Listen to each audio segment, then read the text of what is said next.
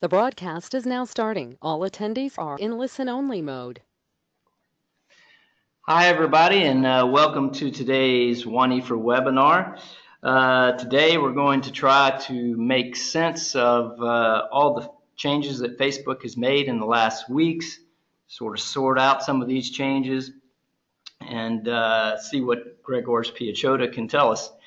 I am Dean Roper, the Director of WAN-IFRA Insights. Basically, our team is in charge of producing most of the content for WAN-IFRA, especially our research reports. And today, our featured speaker is Greg Piechota, who is a researcher at the University of Oxford. I will tell you more about him in a minute, and I will be taking your questions later, or I will be peppering Greg with some of my own questions. Before we get started, though, I would like to tell you about some of the webinars we have coming up so you can kind of earmark your calendar. We tentatively have planned on March 14th a Women in Newsroom webinar, and about a month later we have a webinar on innovation culture that I will be probably the featured speaker there, as I'm working on a report for that. So if you want to stay up to date on our webinars, just stay in tune to that web address there, and of course we will keep you up to date with in all of our communications. So today's webinar is based on the report that we just published yesterday. Greg was the author of that report, and this report follows up on the Facebook report that we did in the fall that Greg also authored, and that report was about monetizing your content on Facebook. So this report and this webinar is sort of a follow-up to that report. So if you are a WAN-IFRA member, perhaps you saw the report land into your inbox yesterday. I hope it did. If not, you can go to our website report page and download the report. But this link right here on the screen, the first one is for the report that we just finished. And the second link is to the monetization report. If you have any trouble, feel free to drop me an email and I will try to get you the report as quickly as possible. So today, Greg is going to talk a little bit about, there's been so many changes to what Facebook has done. They've made a number of announcements, and there's been a lot of hype about this. So Greg approached this report as an analyst, of course, but the idea was that he would try to tackle this subject as objectively as possible, reporting on the good, the bad, the ugly. So he's going to talk about some of the facts of what has happened with Facebook, what are the risks to publishers, and what should publishers do next. So without further ado, let's get ready for Greg. And now Greg is doing research right now at the University of Oxford, and he was a former Nieman Fellow and researcher at Harvard. So much of the work that he's been working on for the last year, I would say, obviously he's becoming somewhat of an expert on platforms, but in general, he's working quite a bit on digital disruption and business model innovation. And I know that he's been focusing a lot lately also on reader revenue. So if you have questions, this is a webinar that we would like to think that it's very interactive, and we want to hear your questions. So on the panel on your right, there is a field there that says questions. You can type in your questions there, and we will try to get to them after Greg finishes his presentation, and we'll do the best we can. So now I will kick it over to Greg. I hope you are there. Greg, it's all yours. Yes, I am. Yes, I am. Good afternoon, everybody. It's a sunny day today in Lisbon, where I'm based this week. And I'm happy to be with you and to talk with you about the Facebook's latest changes in the newsfeed. So it is a report update on something that WAN-IFRA published with me in September last year. So I will be referring to some of the frameworks that I presented in this report. Although the focus of today's meeting is basically on what has happened in the past like 2 months. So I would like to start with a short introduction to what I think has really happened and has really changed in the past month. The second thing is I would like to offer some ideas how you can analyze and assess the risks that will impact your business. And then I would like to talk about different tactical solutions, responses. Firstly, focus on various Facebook tactics, because this is where many publishers have already resources deployed. So why not just move the resources from some activities that will be prioritized by Facebook to some others. And then, of course, we will move to ideas how you can fill the gaps in the traffic beyond Facebook and how you can think about the general strategy. So let me just start with what has really changed.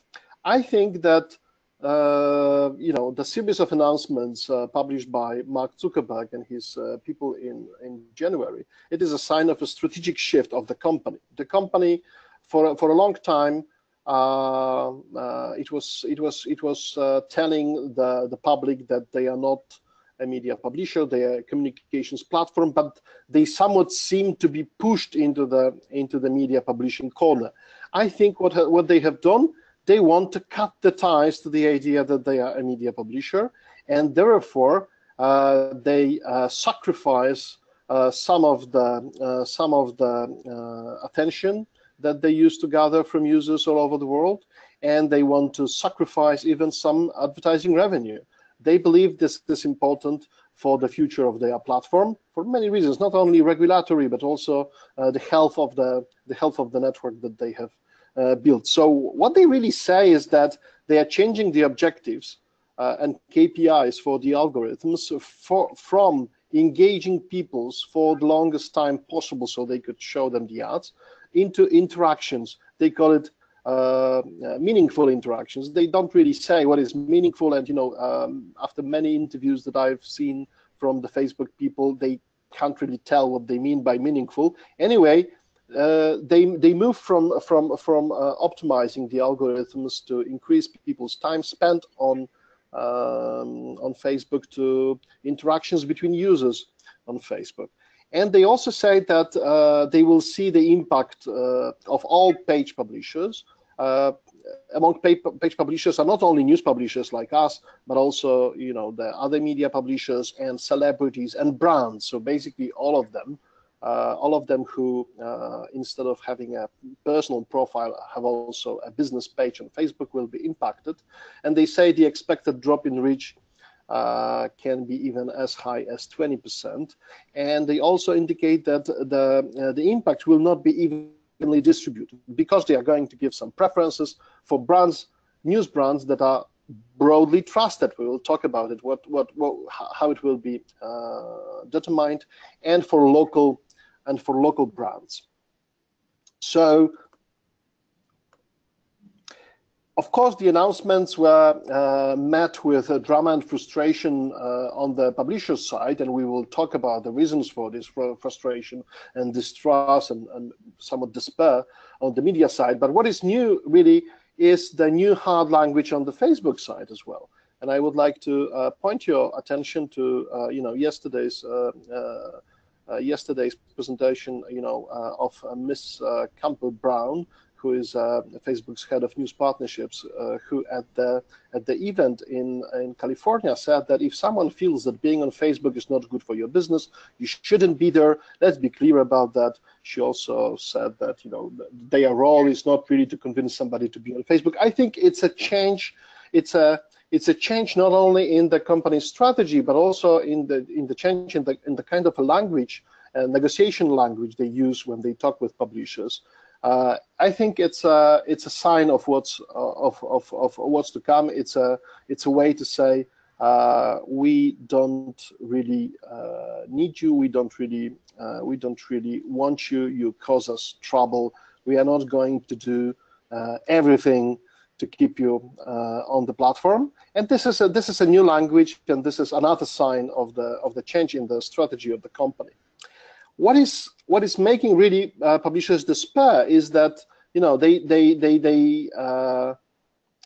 the traffic to news sites all over the world is declining for the past at least 6 months, and the drop to many publishers is already like by 30%. So obviously losing another 20% might be a huge change in the business.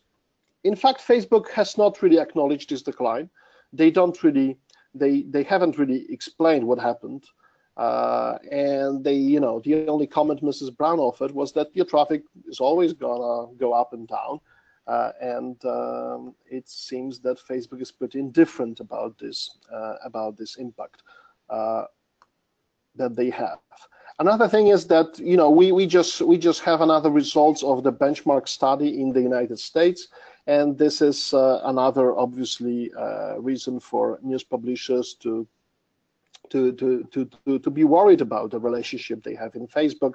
So last year in United States and Canada, Facebook made like $8.5 billion in advertising revenue, and at the same time, very little was shared with the publishers that provided content on Facebook. The Digital Content Next, that is an trade association in the States, they surveyed 20 top US publishers like the New York Times, ESPN, PBS, and what they found is that average revenue from Facebook during the first 6 months of 2017 was around 1.5 million. So obviously, it is not the kind of a revenue that makes a difference for the New York Times or ESPN that have a multi-million budgets. We are hearing that some of the publishers decided to make very bold statements about their relationship, about how bad the relationship is. So Folha de São Paulo, quality daily newspaper in Brazil, announced that they are stopping updating to Facebook page in a protest to Facebook's inability to solve the fake news problem and the declining reach of the professional journalism. Of course, I appreciate the boldness of the move. At the same time, I need to acknowledge that Folha enjoys a traffic pipe that other publishers do not. So the same publisher owns a big horizontal portal in Brazil called UOL, and this portal enjoys tremendous direct traffic to its homepage, and they refer 1/3 of visits of Folha. So Folha basically has a source of traffic that is 4 times bigger than Facebook, and obviously they can lose part of it. And by the way, Folha is not really saying no to Facebook at all. They just say no to traffic referred by their own posts on the Facebook page. Users can still share the stories. So another part of the context is that we need to acknowledge that Facebook has never really prioritized news in the newsfeed. I was studying Facebook's algorithm. I was studying the patent applications by Facebook engineers to understand how the thing works. And what I found is that from the start, the architecture of Facebook was a network and not a broadcaster. So Facebook was not built to spread effectively information to all the people at the same time in a similar way to how newspapers or radio stations or TV stations work. And so it is really a platform, a communication platform, and the health of communication platforms in general is measured by the number of interactions between users rather than just the spread of information. And we know from external studies and from some internal leaks that that Facebook is struggling with decline in users' engagement since 2013. It means that individual people who are members of Facebook, they basically share less pictures, post less personal posts, and it is somewhat correlated with the growth of professional content by publishers, by brands, by celebrities on Facebook. So Facebook, for many years, has tried to balance the amount of and the exposure of professional content and private content to their users, to keep people still engaged, keep people still posting, pictures of their babies and cats. And we need to understand that first, what they have done in January and what they have done but didn't announce in August last year is very similar to what they have done in 2015 when they announced that they are prioritizing friends posts in the newsfeed, and 2016 when they announced that they are prioritizing friends posts again, and so on and so on. And of course, we can predict that in the future they might do basically the same, because the health of their network depends on interactions between users rather than whether publishers make money or not. Okay, so what does it really mean to publishers? And I would like to present you a framework how to analyze the impact on your side, because it will very much depend on your own peculiarities. So first, we will be talking about how to analyze origins of traffic referred by Facebook, because only part of it is really endangered. And then we will talk about how to analyze political polarization of your readership and the market, because it will determine whether you get a preference from Facebook in the newsfeed. So first, let's talk about the risk assessment. So in general, the total page views that you can monetize with advertising, or the page views that you monetize through paywall, is generated by visits coming from Facebook from with two origins. One origin is basically that you share some links. You have a page for your publication, and this is where you post your articles, your links to your articles, and some people who are fans of your page see these articles and they click on it, and this is how you get some part of the traffic. And this part of the traffic is affected by the changes that were announced. The links shared by users themselves, when a user reads an article on your page and makes a share, clicks the button to share, or just copies the link and places it into their own post on Facebook, is not affected. In fact, as you know, whatever Facebook is doing, they are now trying to prioritize the content shared by people, and therefore you need to check how much of your traffic referred by Facebook is basically coming the result of your editor's work. Unfortunately, when I was surveying publishers, I found that not that many are tracking it. You need to use attributes in the links to be able to distinguish between these two sorts of origins of the traffic, but you can do it. And the publishers that I talked to that have done it and decided to share information with me basically showed me that it is very different. There are huge differences between publishers. There are publishers that in which case 80% of the traffic referred from Facebook is the result of the work of their editors. Readers, for some reasons, are not sharing that much. And there are publishers, so on the other hand, on the other side, that most of the sharing is basically the result of the user's activity rather than editor's activity. You need to check it for yourself to be sure what part of your traffic may be affected. We also have a extreme benchmark. We know that in 5 countries, Facebook has done an experiment that they are claiming they are not thinking about expanding. In 5 countries, what they have done, they moved all the posts by pages from newsfeed to Explore feed. And in these countries, the engagement on Facebook decreased dramatically by 50%. But when you count the page views generated by the traffic, the result very much depended on the publisher's individual situation. So some publishers that didn't have that much traffic coming from Facebook. They noticed declines like 5-6% of the total page views generated by this traffic, by this change. And some others say that they lost even 30%. So it very much depends on an individual publisher. This is the way you can basically differentiate between different origins of the traffic, and you can evaluate what is really going to be affected for yourself.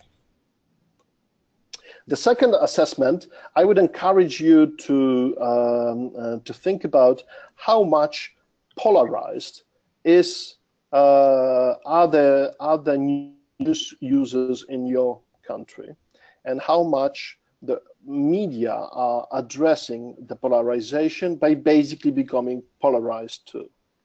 So Facebook is going to survey users about their trusted news brands, but they are not going to use it like directly, the result of this survey. What they are going to do is to check the users' profiles, and in their user profiles, they determine people who are liberal or conservative and so on, and they will be basically checking which news sources are trusted broadly. It means by both like left-leaning audience and a right-leaning audience. And I can tell you from many research studies that I've seen, what I'm seeing is that basically in every market is different. So there are markets that are very much polarized, the audience is very much polarized, and the media is very much polarized, and there are markets that are not that much polarized. Whatever happens, you can predict that the media outlets in the center are going to be likely winners. Why is that? Because according to many research studies, people in general trust very much their own brands, the brands that they use, and if there is a polarization on the market, they tend to trust very much the media source they use and distrust all the others. So if I'm an American and I have conservative views, I can trust Fox News very much, but at the same time, I will distrust all the other liberal media. That means that this kind of media that have polarized audience will be very much disadvantaged by this change in the algorithm, and Facebook will not give them any preference. They will give preference to like media that are not having that that kind of dedicated audience. And the result is, when I'm looking at, there is a study by the Reuters Institute at Oxford University that looked at over 30 different countries across the world. And what I've seen is that it seems that in most of these markets, the companies that are going to get a preference from Facebook are going to be like big public broadcasters, portals like Yahoo that don't really create a lot of original news but just use news wires. So these are going to be perhaps the broadcasters, public broadcasters, and vertical and horizontal portals are going to be likely winners of this change in Facebook strategy. When you think about what Facebook is trying to do, this is an interesting case, because on one hand, Facebook is saying, no, we are not a media publisher, and they are changing the KPIs to become more like a communication platform. But what they have really done by including these surveys about trustworthiness is they become like a de facto media regulator, and they intervene in the market by favoring broadly trusted outlets. And I think it's an interesting case because it shows that Facebook behaves like a government that wants to somewhat regulate the media, and it may produce a huge backlash, I believe, from the governments and from the media, of course, who might be disadvantaged by this new algorithm. How to respond to the changes? Again, I would like to start with the tactical ideas and then go to strategic. And I would like to start with thinking about Facebook. So first, of course, there are still opportunities on Facebook. Many publishers have built, their social teams and created procedures and devoted budgets to Facebook activities. And I guess many of them may think, it's not that easy, to change everything in a short term. So what you need to do, you need to maybe reprioritize some of the activities that you do with Facebook. So these are ideas what you could do. And I think that there are, several options. First option is basically you need to mobilize your users to do more. First, you can ask users to prioritize your post in the newsfeed. There is an option that I described in the report that is called See First. So basically, many publishers are now encouraging their users to turn on this option for their brand. It's important to hurry up because there is a limit of 30 people and pages that can be prioritized this way. So if you are 31, people might not be able to do it anymore. And then you can mobilize users to share your stories more. And we will be I will talk about it in a moment. That basically, this is perhaps the most strategically the most effective way to use Facebook. You need to understand the difference between a broadcaster and a network, and you need to mobilize people to share your stories in their personal posts and in messages using, for example, Facebook Messenger. And according to the Facebook's announcements, these kind of situations where people share, users themselves share your stories, will not be affected by the change. In fact, they will be their posts will be prioritized in the feed. Then, of course, you can switch efforts to not affected activities, like to paid posts or to group posts, and I will talk about it in a moment. And of course, you can also adapt affected activities. So you can adapt your page posts you can optimize them more for conversations, to spark people's comments. You can publish more local content. We'll talk about it. And you can follow also the directive that is not yet released. We just know that in the first announcement, Mr. Zuckerberg said that there will be another factor called informative content. We don't really know what does he mean by informative content, so I can just suspect that there is another announcement coming in the future about it. Okay, so the difference between broadcasting and sharing. The difference is basically that as a broadcaster, you reach all the members, all your followers at the same time. In the network environment, it doesn't work this way. You just reach part of your network, and you need to convince the network to basically share your message further. So it means that you need to structure your posts and your content and your calls to action in a very different way. In one sentence, if you want to spread your content on a network like Facebook, you need to make people talk about it. This is the only way that will always work. And Facebook is now promoting another, like an alternative to pages that is called groups. And they, organize huge events like Community Summit in Europe, but also in the States, in other places. They are offering grants to volunteers running these groups. And I know that many publishers are currently experimenting with groups. There are many differences that I put together into the report about groups and pages. What is though important, and I would like to stress, is that groups are usually much smaller in size, in the number of members in comparison to publishers' pages, but the engagement rate is much higher. So it means that many more users see the posts, because Facebook is also prioritizing them in the newsfeed. Many more users are writing comments. Many more users are interacting with the posts. So smaller groups are smaller than pages usually for publishers, but the engagement is much higher. So this is a trade-off. Of course, the risk is very similar to pages. So Facebook now is prioritizing groups. They can change their mind in a year, and whatever you have built might be useless in a year. So this is a very similar trade-off that you make whenever you enter the platform. That you build a community, but you build a community for Facebook, not really for yourself. So another strategy that many publishers are employing right now, and it is an alternative to like spend more and more on moderation on Facebook, is basically to buy the ads, is to spend more on paid posts. And as you see, this is the trend of publishers spend on Facebook in the United States. And as you see, in just 2 years' time, publishers spent 5 times more than they used to spend in 2016. This is a huge change.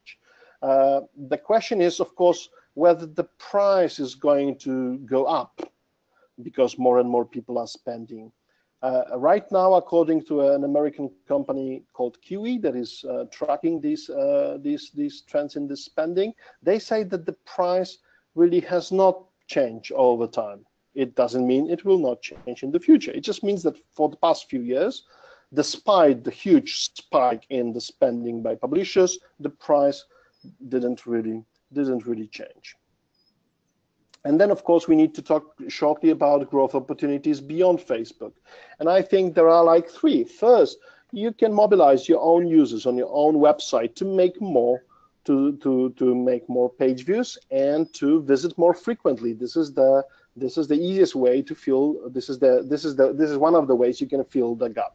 Another thing is to explore other platforms, but I would suggest to be realistic about ideas that you can find. Online people say, "Oh, Twitter will now become, a replacement for Facebook," or I don't know, something else would become easily a replacement for traffic of Facebook. I think it is more complex, and I will show you why. And of course, whatever you do on external platforms, I believe you should align it with your business model. So, what if not Facebook? I think first, it's good to be realistic.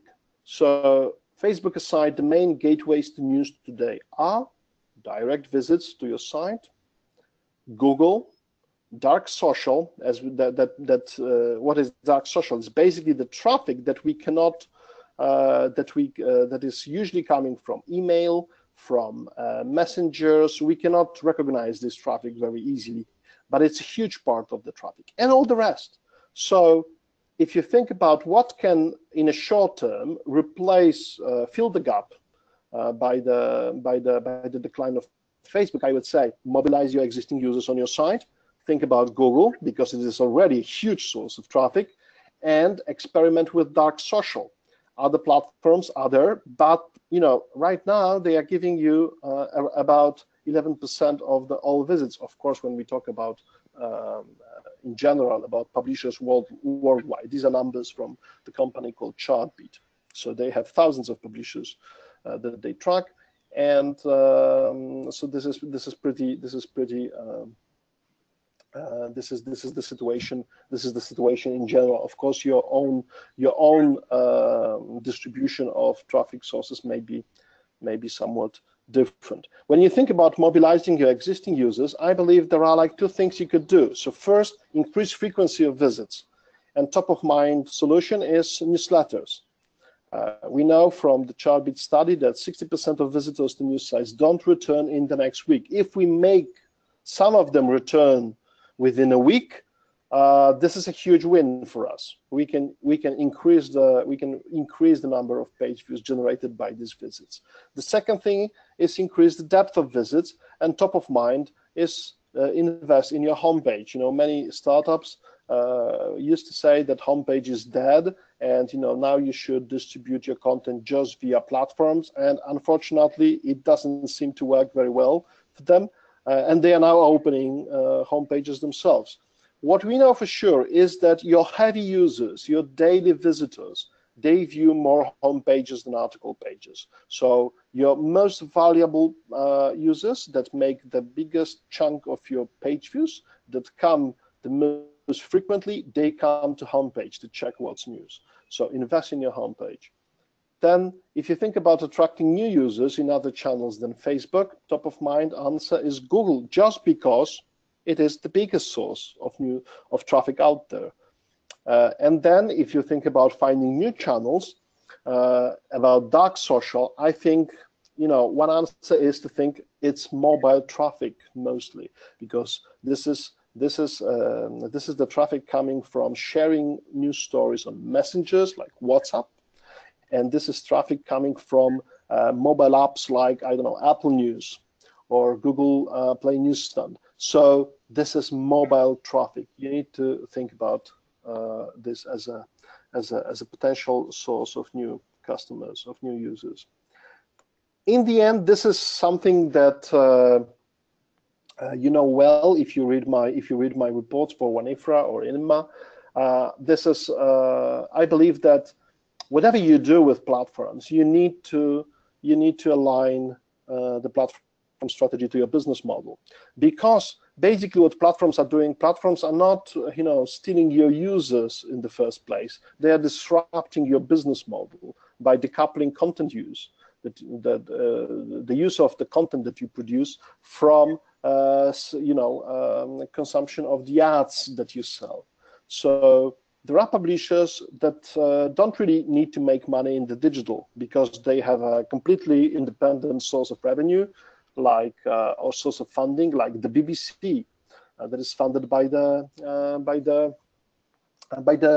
broadcasting license in the UK, or media that are owned by the state, like Russia Today or Al Jazeera. They are just funded by their states. And then you have NGOs that produce journalism, like Greenpeace or Human Rights Watch.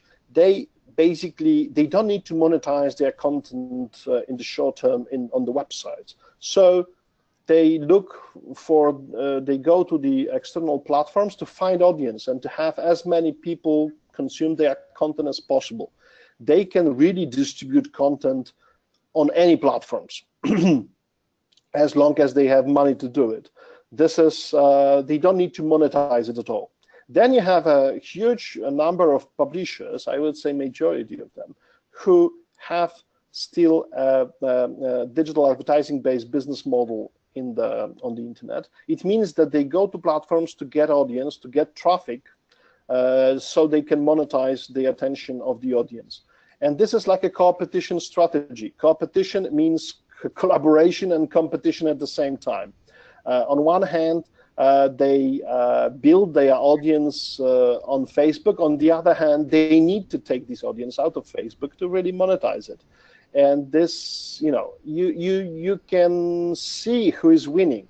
All over the world, a majority of digital advertising spend is going to just two companies, Google and Facebook. In the United States, the current estimation for this year by eMarketer is that these two companies will take more than 60% of all the ad spend in the digital. So this, this competition strategy obviously seems not to work very well for news publishers.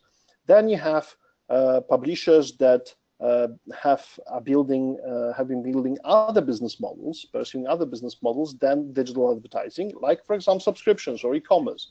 And they go to platforms with a strategic goal to get customers. They don't want any traffic from the platform. They want to find the right people on the platform and to get them to their to their own website or app to monetize the direct relationship with these customers through, for example, subscriptions.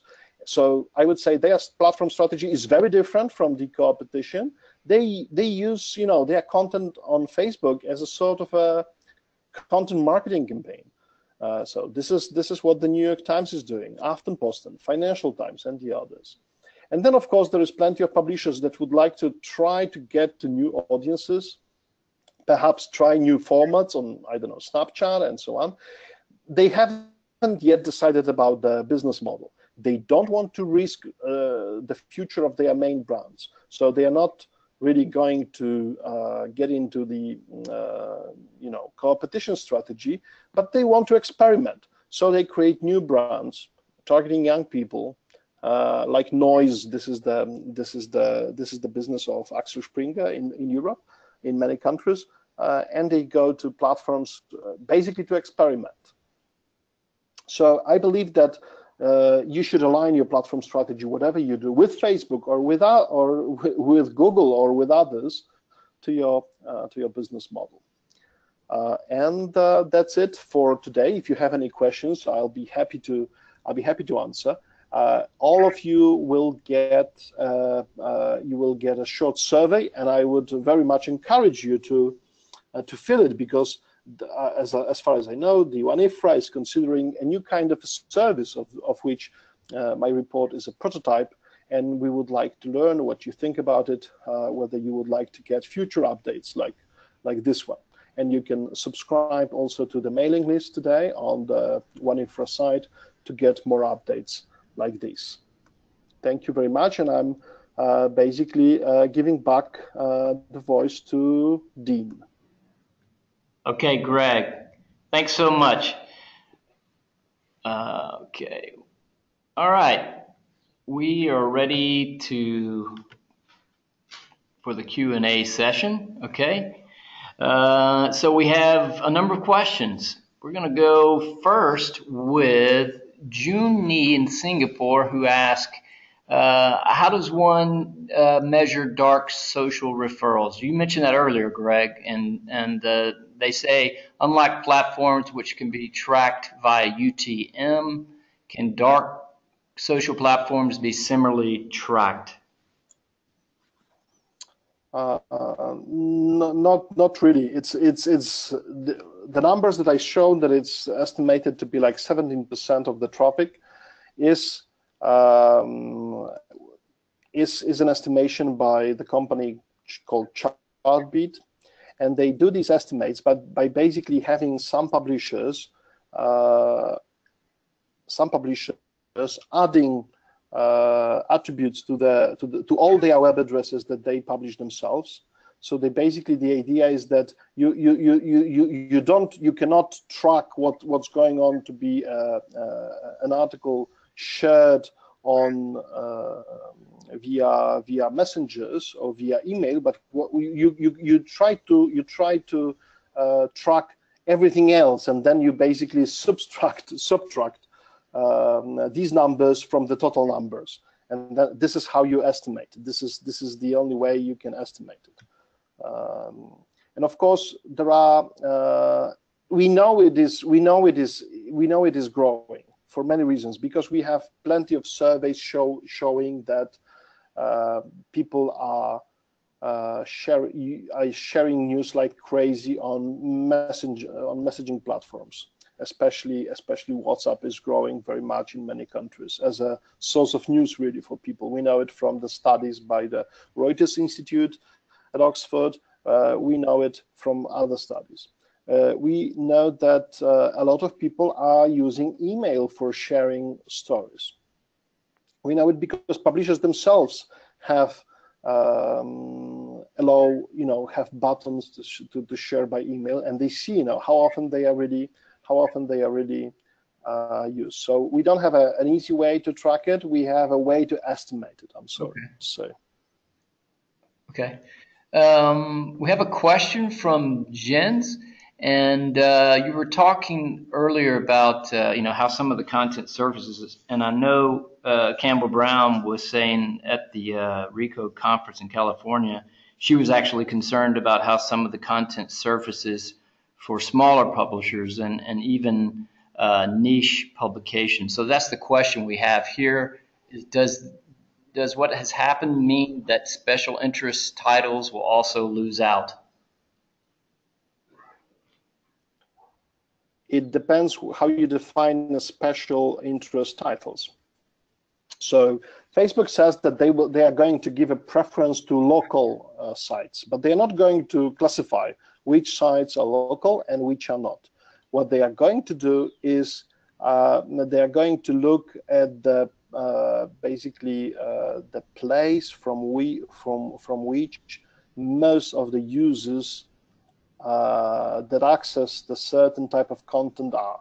So if you have a very if your users tend to live in and access your content from a very very tight geographical area, then you will be classified by Facebook as a local site, and you will get a preference.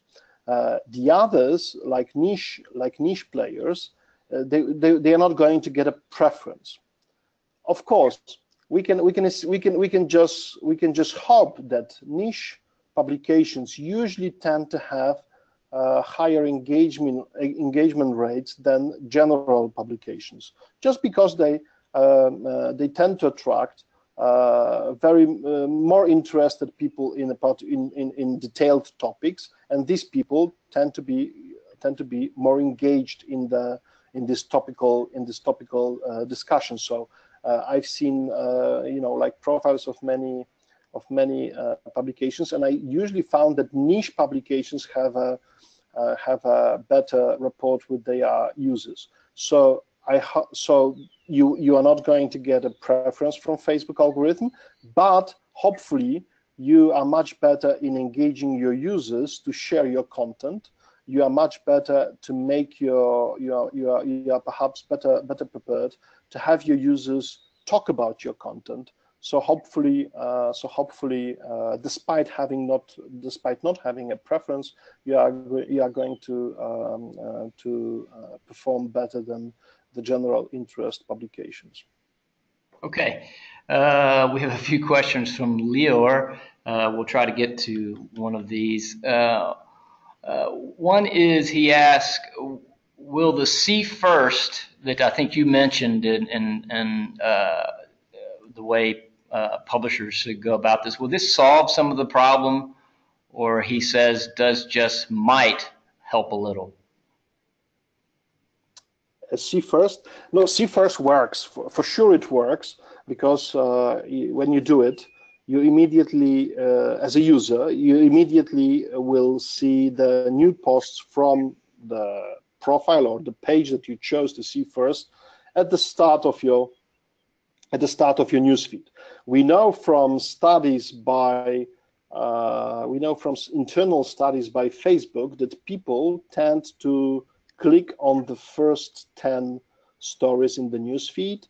So basically, the first 2-3 stories are the most important. They get majority of engagements. So it is a good deal.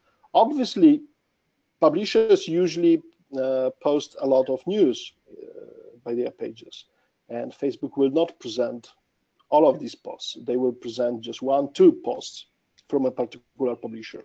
There is also a limit to how many pages or people, how many pages and people can see first. The limit is 30, and it's not easy to replace somebody from the see first. So you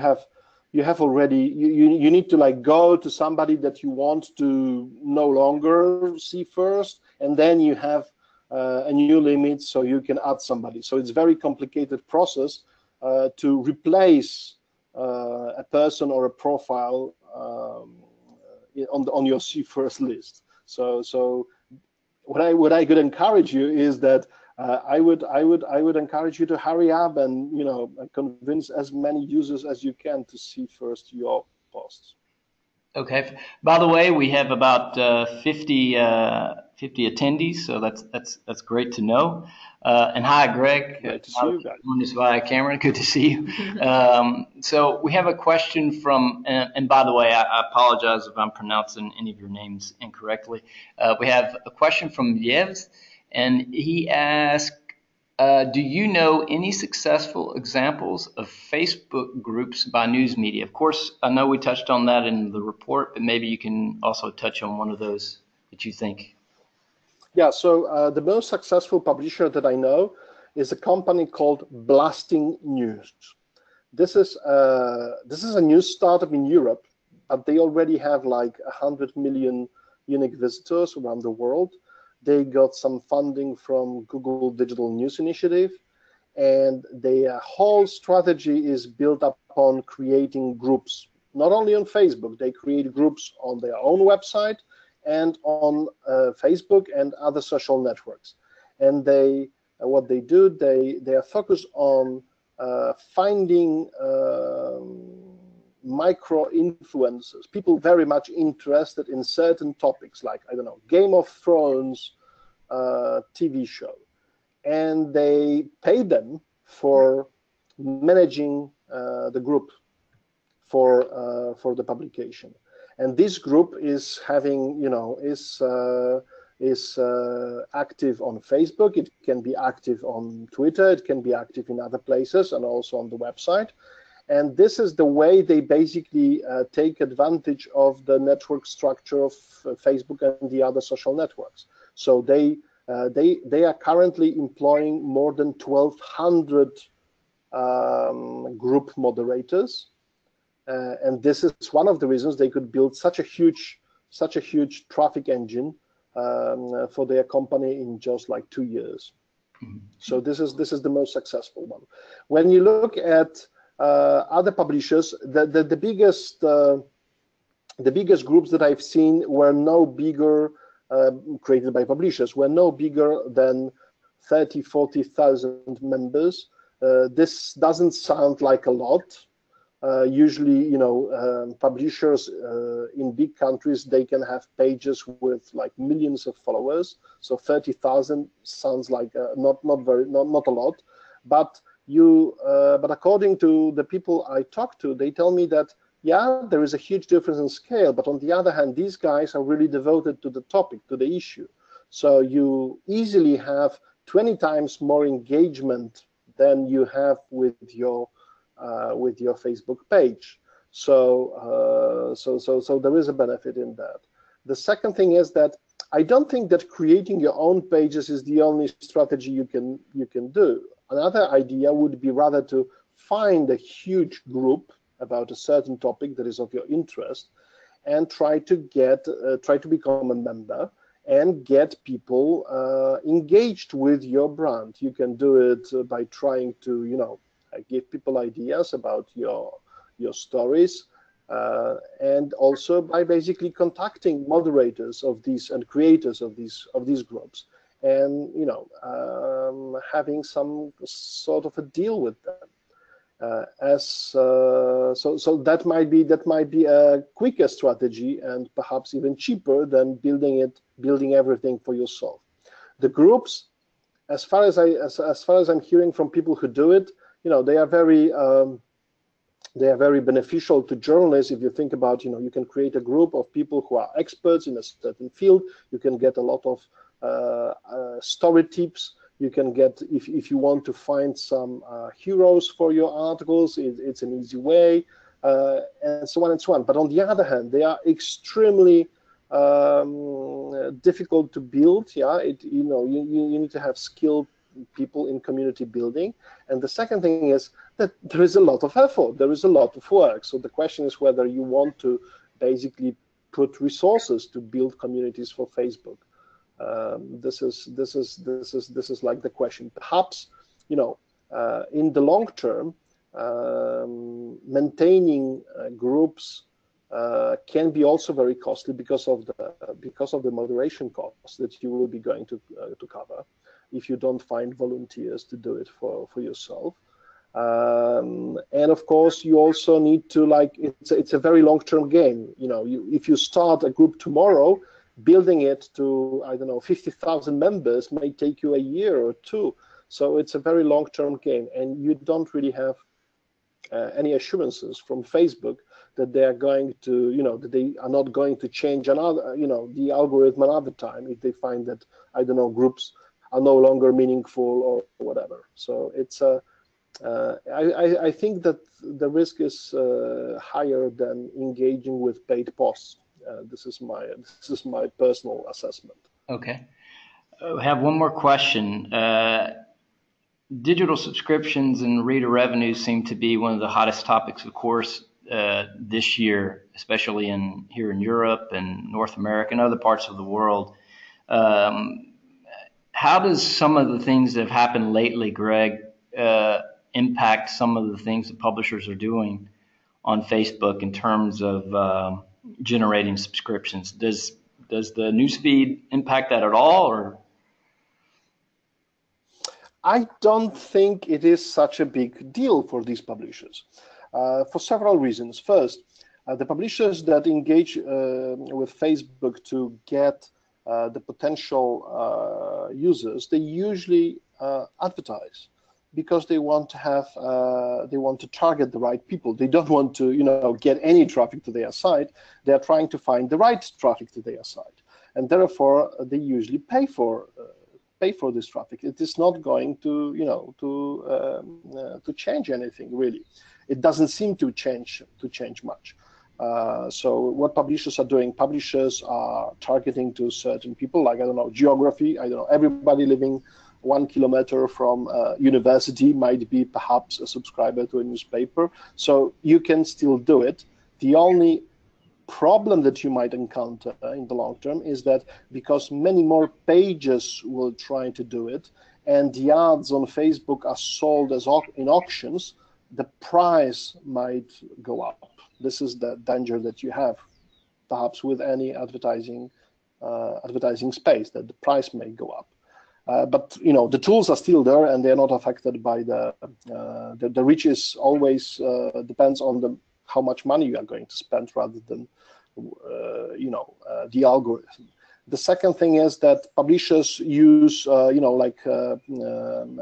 pixels, or they create custom audiences upon their database of mobile phones or email addresses. These tools are not changed, and you can still create and buy ads, posts to be shown to, for example, people who, I don't know, your algorithms found to be at risk of churn, and you can show them more of your stories in their newsfeed. You still can do it. So I don't think it is much affected. Some publishers have already, who sell subscriptions, have already invested in groups. For example, the Boston Globe has created a group for their subscribers because they want to show to subscribers some stories that are different than what they share with like a general public on their page. This is also the place where they can tell some like internal stories about the kitchen, well, like we say, kitchen of journalism, how they really cook the Boston Globe. They can also do some announcements about events that they invite subscribers to, and so on. And so I think that these opportunities, they still exist. In general, I think that the drama that met the decisions was much bigger than it was really worth it. Although I understand why the drama was as big, because basically Facebook has raised expectations from publishers. They started their Facebook journalism project. They engage with publishers all over the world. They started basically to show them that they care, that they are listening, and so on and so on. So the expectations of publishers started to grow in the past year. And suddenly Facebook said, no, after evaluation, we just found out that we no longer need you. And I think this is what made people really felt badly about the relationship, and that is why people started to behave in a very contradictory way. They started to even announce that they stopped publishing on Facebook, and so on and so on. I'm not sure. I'm a pragmatist. I don't think it is really the right strategy, as long as you have a business value, and Facebook has a business value to many publishers, for example, those who sell subscriptions. I think, why shouldn't you use it? Your competitors might be using it. Yeah. Okay, Greg, thank you so much. Always insightful, and appreciate you joining us, and appreciate the attendees joining us. So I just want to let everybody know that we will follow up the webinar tomorrow with an email that will include the takeaways from this webinar, a link to the presentation itself, which will reside on our YouTube channel. And I encourage you to send us questions. If you weren't able to get to those, you can send those to webinars@WAN-IFRA.org, or to the email addresses we have on the slides. And stay tuned to this topic. Greg has become sort of our go-to expert on it. And if you received the report yesterday, we were very curious to hear your feedback on that report, because we're considering to make that sort of a regular update on platforms especially the format. So please let us know how you feel about it. And if you didn't get the report, drop me an email and I will see if I can get it to you. Okay, thanks everybody and have a great day. Bye. Thank you very much.